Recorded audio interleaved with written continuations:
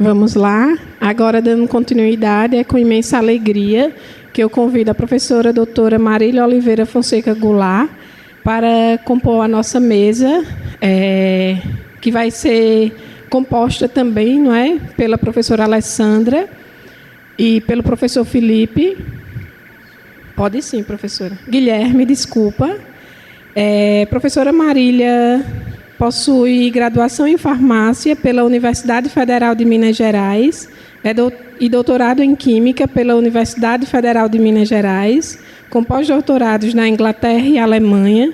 Foi ganhadora do primeiro prêmio Jovem Cientista em 1984. Recebeu medalha sempre UFMG, ex-aluna destaque. Recebeu comenda do Mérito FAPEAL, do Prêmio Marie Curie, concedido pela Sociedade Brasileira de Química, e homenagem no 9º CIB, Prêmio Roberto Alves de Lima, outorgado pelo PPG QB, da UFAL, entre tantas outras honrarias, não é, que a professora perpassa, não é, professora Marília, ao longo dessa caminhada. Atualmente, ela é professora titular livre da Universidade Federal de Alagoas, orienta mestrado e doutorado pelo PPGQ, pelo PPGQB, ICBS, Renorbio, e pós-doutorado com apoio CNPq e CAPES. Foi professora visitante da École Normale Supérieure em Paris e tem experiência em Química, Biotecnologia, Eletroquímica e tantos outros segmentos que ela tem abraçado. A vocês que estão aqui, é com imensa alegria que eu apresento a minha orientadora de doutorado e, com muito brilhantismo, estamos tendo a oportunidade de tê-la bem perto. A professora Marília é reconhecida mundialmente e, para o nosso país, ela representa, enquanto pesquisadora, enquanto mulher, uma batalhadora no campo da ciência, e com toda a honra e com todo o mérito, nós temos o prazer e a honra de tê-la aqui no nosso evento para debater, fazer parte dessa mesa redonda, juntamente com a professora Alessandra e o professor Guilherme. Então, é um prazer imenso estar aqui, ainda mais sendo homenageada pela minha ex-aluna, que eu tenho muito orgulho de ter formado, e de estar aqui com vocês, né? Tendo ouvido brilhantes palestras. Foi realmente muito bom e eu agradeço essa oportunidade de estar aqui, não é? Vocês viram coisas de futuro e muito interessantes.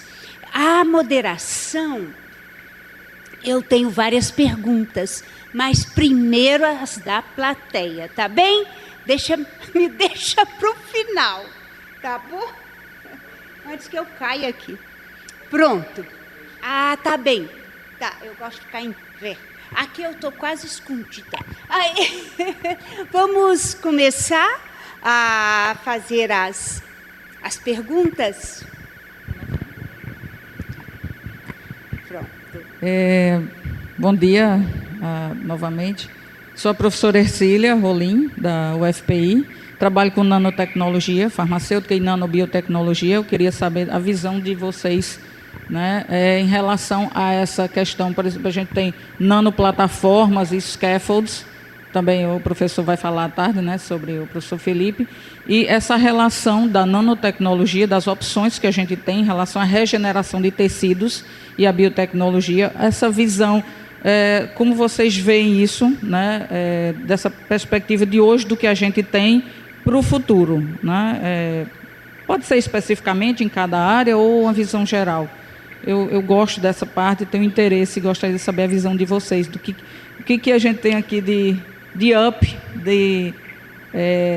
pode ser uma atualização, né, de nanobiotecnologia, utilizando, por exemplo, para a regeneração de tecidos, ou plataformas tipo scaffolds, ou, enfim. O céu é o limite, né?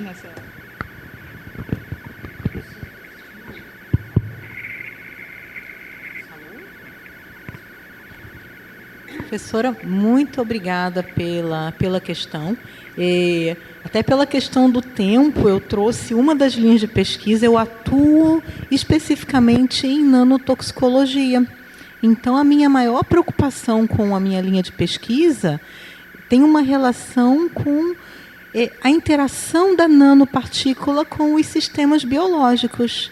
Não é? Nós sabemos da potencialidade, nós sabemos que uma vez que você trabalha, né, com escala nano, você pode reduzir as quantidades, então há uma grande possibilidade de diminuição no primeiro momento do efeito tóxico, mas algumas questões ainda estão em aberto. Por exemplo, a bioacumulação. Né? Eu trabalho com nanometálica. Como é que é a bioacumulação desse tipo de material no organismo vivo? Então, eu trabalho primeiramente numa escala in vitro, né? O mesmo fluxo que nós apresentamos ali para a obesidade pode ser transposto para diversas situações. Então, fazer o estudo, obviamente, a nano precisa ter uma caracterização físico-química muito bem feita, os lotes de produto têm que ser muito reprodutíveis, a questão da estabilidade pode alterar a interação com o sistema biológico. Então, o meu primeiro olhar é muito positivo, porque a gente pode fazer uma série de coisas com nanoformulações que não eram possíveis antes, mas eu me preocupo muito com a questão da toxicologia. E tem vários grupos no país e até internacionalmente se debruçando sobre essa questão. Recentemente saiu um guia da Anvisa que está em consulta pública, né? Não sei se vocês já tiveram acesso, se não eu passo depois para o professor Axel para ele disseminar, mas um guia de produtos para a saúde com nanoformulação, então indicando o passo regulatório para esse produto chegar no mercado, mas tem muito potencial. Eu tenho uma outra linha de pesquisa que está caminhando de um efeito de nanomaterial favorecendo regeneração óssea. Então, existe um futuro muito promissor na aplicação, em regeneração também, e um outro futuro conjugando com bioimpressão, com o uso de scaffolds, né? Mas a questão regulatória, a questão da segurança não pode ser negligenciada. E a gente começa como? In vitro, né? A gente vê como é que a interação leva a alguma alteração ultraestrutural. Muitas vezes você não consegue identificar a nanopartícula no interior da célula, mas você vê a célula sofrendo uma série de efeitos tóxicos, mesmo sem você identificar a nanopartícula. Então, isso é bastante importante. Então, sempre quem trabalha com nanoformulação ter esse olhar na segurança, na interação com o sistema biológico e até com diferentes tipos celulares. Eu acho que falando em dinheiro fica mais fácil de visualizar. Existia uma estimativa que entre 2021, isso antes da pandemia, até 2022, o mercado ia pagar, né, em torno de 8 bilhões de dólares para nanotecnologia, de maneira geral, para a área da saúde. Isso antes da pandemia. Todas as vacinas contra a Covid, por exemplo, estou falando de vacina, mas tem colírio, aplicação para a pele, que nem a Alessandra falou aqui, inúmeras. Hoje a estimativa está na casa de trilhões, então 1 trilhão, 2 trilhões de dólares. Eu acho que só isso já demonstra o potencial que é exponencial. Eu duvido que quase todos aqui não vão chegar a trabalhar com nano. Então existe um potencial muito, mas muito grande.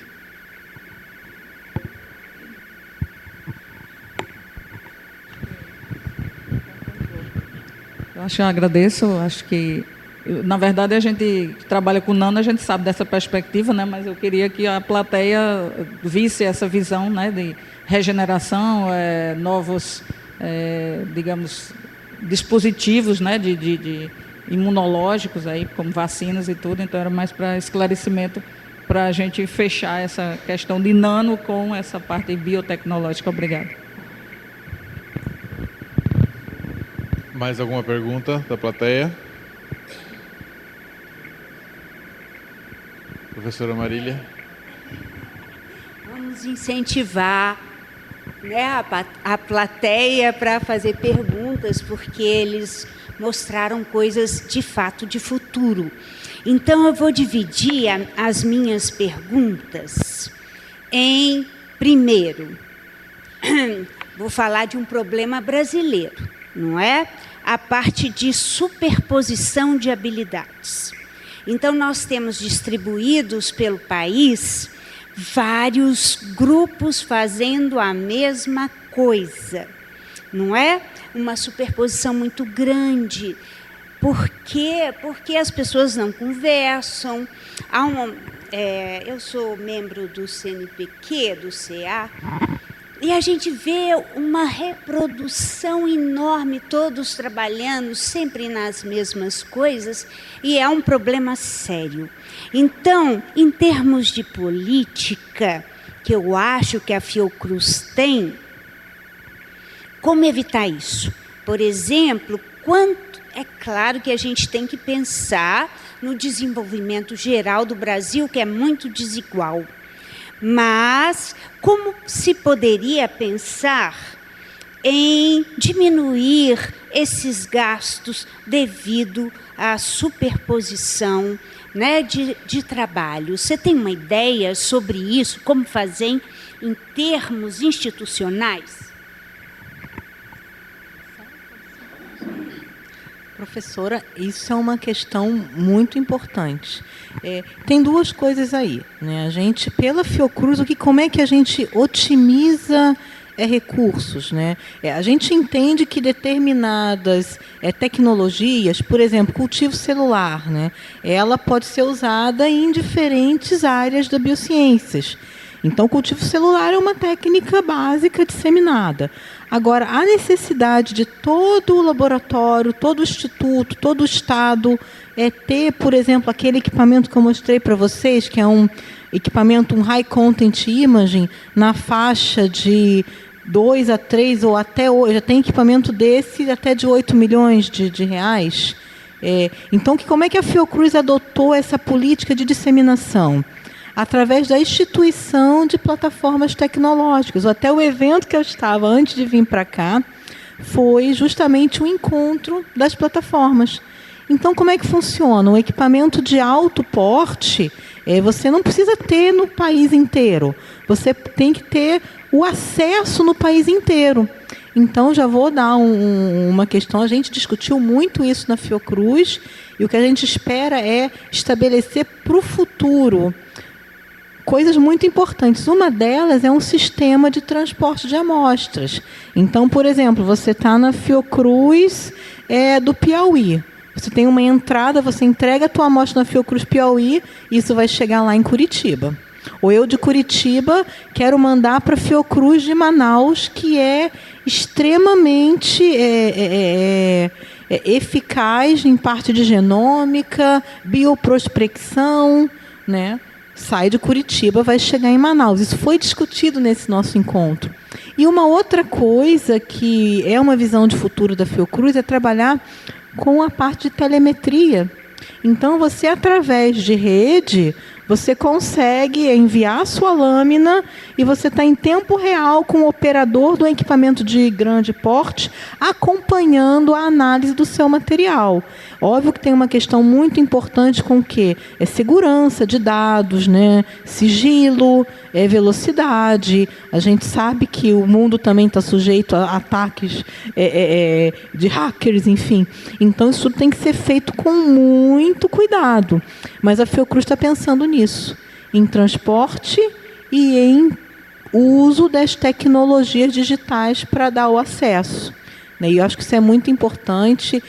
Sugiro que vocês deem entrada olhem o site da Fiocruz, o site das plataformas tecnológicas, porque eu participei desse evento e é impressionante o que é ofertado para a comunidade, né? Isso está disponível, está acessível ao país inteiro, até gente do exterior utiliza as plataformas, né? Então, a ideia é equipamentos de grande porte ou técnicas que é muito mais caro você estabelecer no laboratório. Cultura de células, vamos colocar como o Guilherme bem exemplificou. Uma linhagem celular, de acordo com a linhagem, você vai pagar de 3 a R$ 50 mil. Se é uma linhagem modificada geneticamente, o preço aumenta. Um laboratório de cultura para manter, os equipamentos, criopreservação, é tudo muito caro.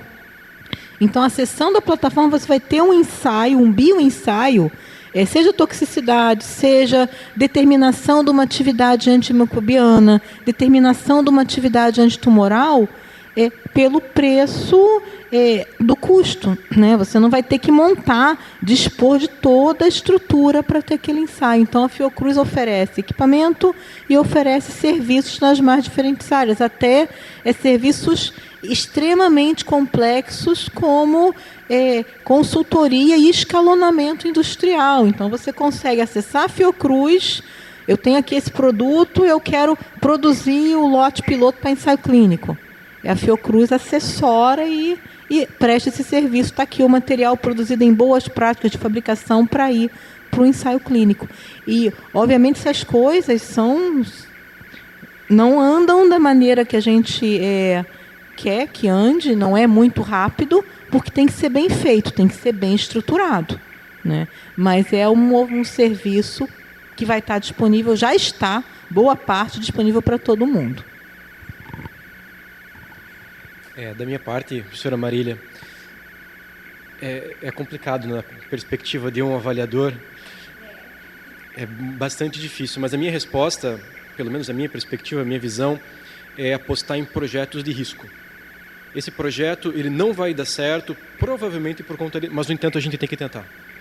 Eu acho que isso é um dos pontos fundamentais, especialmente projetos com caráter multidisciplinar. Então, por exemplo, eu quero gerar um polímero novo, um dispositivo novo, alguma coisa nova, mas isso é por si só um critério.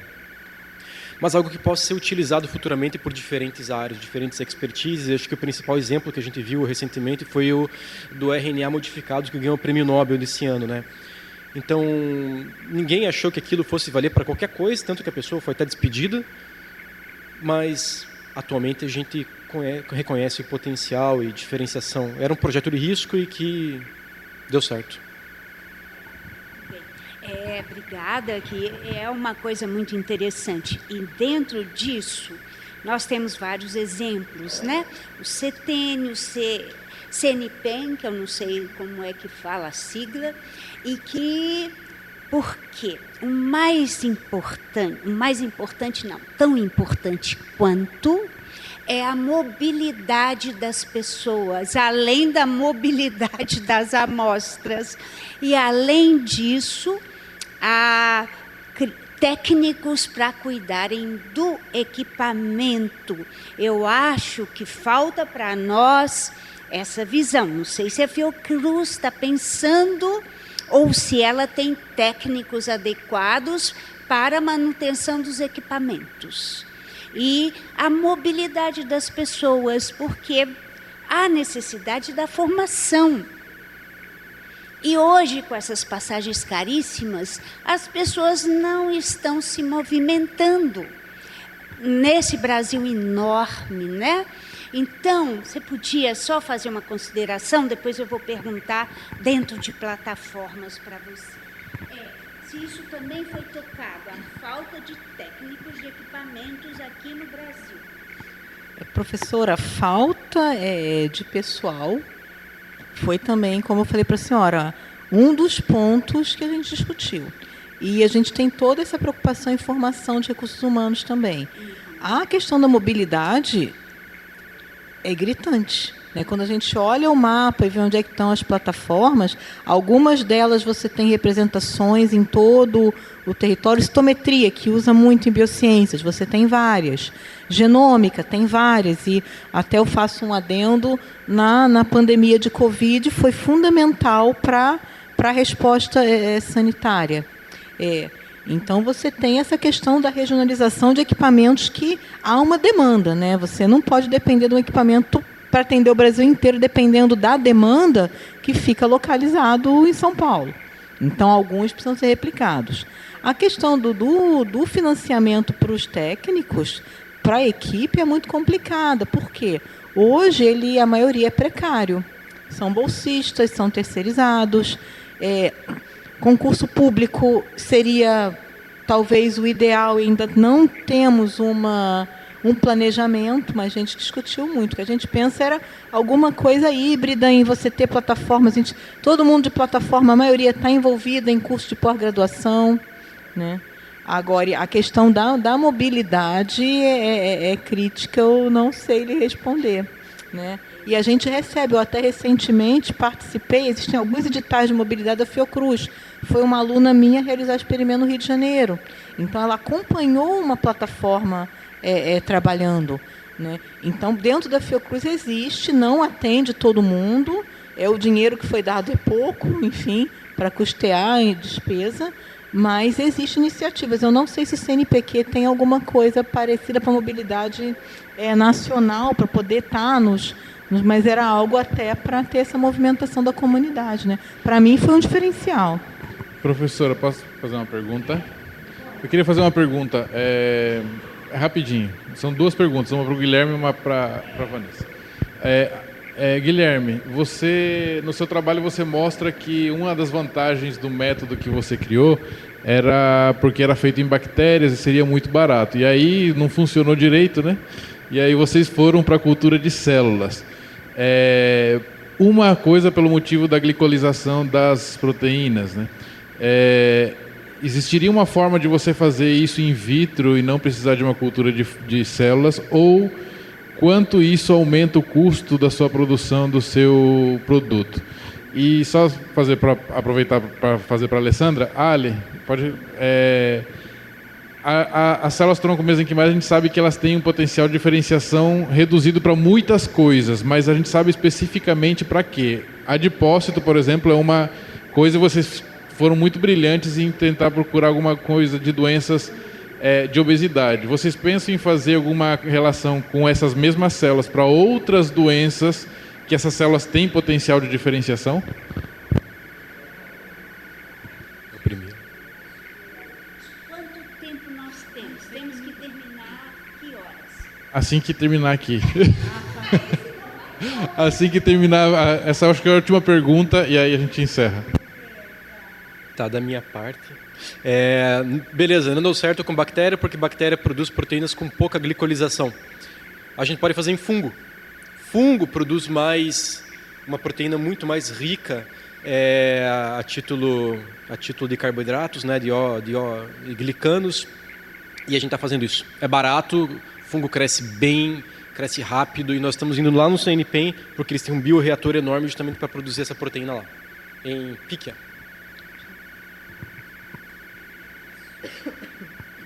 Axel, quanto ao uso do sistema de adipogênese para outras doenças, não cheguei a pensar, mas o que é a vantagem desse sistema? Ele foi feito todo com aquela lógica de método alternativo recomendado, harmonizado pelo RENAMA. Nós seguimos diretrizes internacionais de ter controle interno, avaliar a reprodutibilidade da placa. Então, o método é robusto, ele identifica muito bem a adipogênese, diferenciou, não diferenciou e quanto diferenciou. Existindo alguma outra doença associada com esses distúrbios de acúmulo de gordura, com certeza.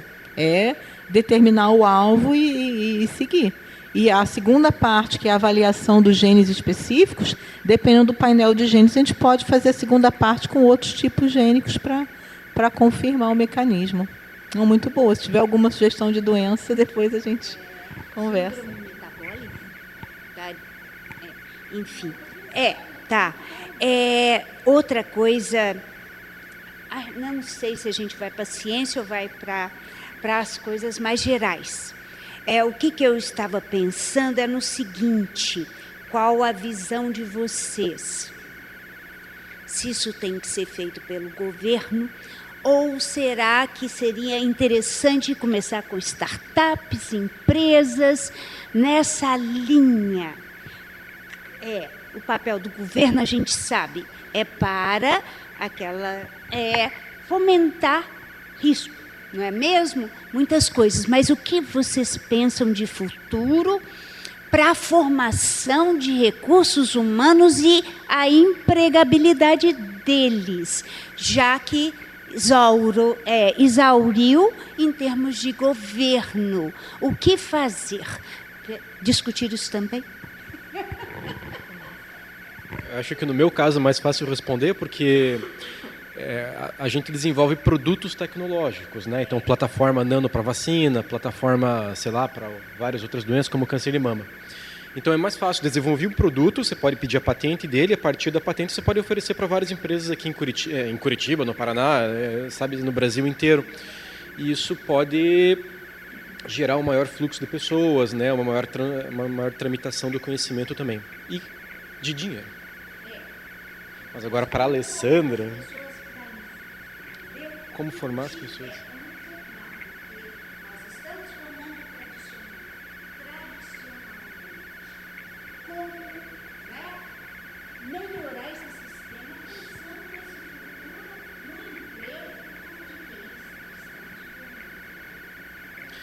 Eu acho que a resposta para isso é pensar em a palavra em inglês é edge, tá lá na frente. A minha perspectiva aqui do Brasil é que a gente fica muito para trás. A gente, como a senhora repetiu anteriormente, falou anteriormente, a gente tem vários trabalhos que um repete o outro, existe uma redundância bastante grande, mas poucos grupos, poucas pessoas têm disposição para ir além. Eu acho que é aí. Oi? E eu acho que a gente precisa forçar, ir para frente, ir no edge, e quando você força a pessoa, isso gera tanto conhecimento quanto formação. Tem que apostar. Isso. Você quer falar sobre isso? Fazer um comentário bem rápido. Isso, professor, é mudança de cultura, né? Então, por mais que a gente fale em startup, novas iniciativas, são iniciativas muitas vezes de risco, né? Uma startup parece muito funil do desenvolvimento farmacêutico, começa ali com um número enorme e uma vai alavancar e vai ter muito sucesso. Então, acho que é uma coisa de formiguinha, né? Eu tenho uma criança de 11 anos. Na escola dele, criança de 11 anos... Há 2 semanas atrás, eles tiveram feira de empreendedorismo. Meu filho vendeu origami. Outras crianças produziram brinquedos com material reciclado. Outras, que eu fiquei encantada. Você chegava ali na mesinha que estava 2 crianças, eles te desenhavam, faziam o seu autorretrato. Cobrava R$5. Outras estavam vendendo desenho, elas são da aula complementar de desenho. Eu comprei um desenho de um gatinho que eu fiquei assim arrepiada. Pedi para a criança autografar para mim, para eu guardar. Ou seja, crianças ali no ensino fundamental 2, 10, 11 até 14, 15 anos. Então, essa geração, né, vão ser os que vão ter tino, vão ter à disposição a motivação para estar nas startups. Eu tenho certeza que a gente vai ver essa revolução. Porque a gente formando desde pequenininho, eles fizeram todo o planejamento, plano de negócio, precificação. Foi lindo ver. Então, eu acredito muito na formação, mas não é pegar, dependendo, o professor da universidade, ele vai orientar, mas esse estalo do empreendedorismo, para mim, é cultural. E essa geração que está sendo formada agora dos nossos filhos, a gente vai ver essa revolução na sociedade brasileira. E aí vai andar junto, porque eles vão estar numa posição de liderança, uma decisão. Então, imagino que vai ter financiamento, vão ter mais programas. E o que hoje a gente vê como uma novidade vai ser o dia a dia deles, né? Eu acredito muito que é desde os pequenininhos, né? Não sei se era o que a senhora esperava ouvir, professora Marília, mas eu acredito na formação básica. Então, precisa dessa visão. Eu acho que eu tenho que terminar, né? Eu vou perguntar 2 coisas técnicas, tá bem? No seu caso, você também estuda o metabolismo dessas substâncias, usando, por exemplo, técnicas difenadas, como espectrometria de massas? Tá nas perspectivas, mas ainda não tenho nenhum resultado, professor. E também sobre os perfluorados. Vocês têm pensado neles? nos perfluorados. Não é porque eu dou segurança de laboratório, está tendo toda uma revolução por causa desses perfluorados, né? Os alcanos perfluorados, porque nós não estamos, está tendo uma mudança muito radical nisso, porque eles são persistentes. Então, dentro dos contaminantes, está havendo essa mudança agora, né? É o Teflon da vida, não é? E no seu caso, que foi muito interessante, meus parabéns pelo trabalho, também para os dois, foi excelente. Eu gostaria de saber se sua plataforma é multi. Você fez para a Covid, mas outros vírus selvagens ou silvestres vão aparecer naturalmente. Como você pode tornar tudo isso, né? É possível fazer essa variação de target? Sim, essa aqui é a ideia. A grande ideia, na verdade, a gente tem a nanopartícula, a gente tem a parte da proteína que gruda na nanopartícula, é só trocar a fração imunogênica. Então, isso pode ser aplicado para influenza e doenças que nem ovinos, suínos, uma ampla variedade de doenças, não só para vacina, mas para fazer drug delivery, para fazer estímulo. Existem várias aplicações e o que é legal, aparece uma nova cepa de coronavírus, por exemplo. Meu Deus, e agora? Vamos ter que esperar chegar uma nova? Não. É só você expressar a proteína com base na sequência gênica que já é conhecida e em uma semana você já tem um lote para aquela nova variante. Então, esse aqui é um dos grandes diferenciais desse projeto.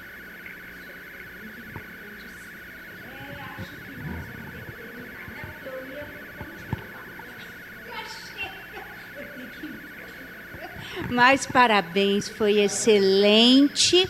O que eu queria depois é pensar... Não, mas isso fica para a conversa depois. Como você conseguiu realizar isso nos anos 2020 e 2022? Sob...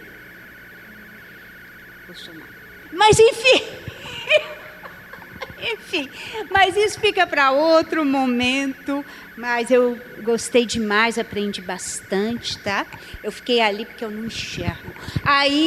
Mas parabéns, foi ótimo vê-los. E muito obrigada ao SESMAC, aos todos os amigos aqui, por essa oportunidade, porque eu aprendi. Queria entregar os certificados para os palestrantes e agradecer a presença para o Guilherme. Seu certificado já vem, Guilherme. Fica aí.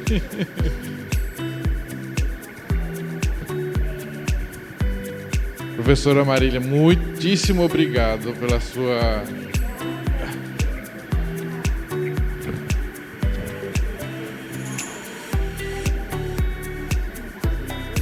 A nossa doutoranda.